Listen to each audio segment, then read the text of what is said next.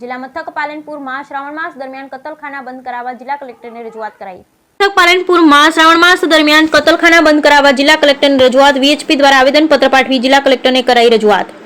પાલનપુર સહિત આસપાસના ગ્રામ્ય વિસ્તારમાં ચાલતા કતલખાના બંધ કરાવવા રજૂઆત. વહેલી તકે તંત્ર જાગી કતલખાના બંધ કરાવે તેવી રજૂઆત. Bureau report Bharat Thakkar, Deesa, Banaskantha.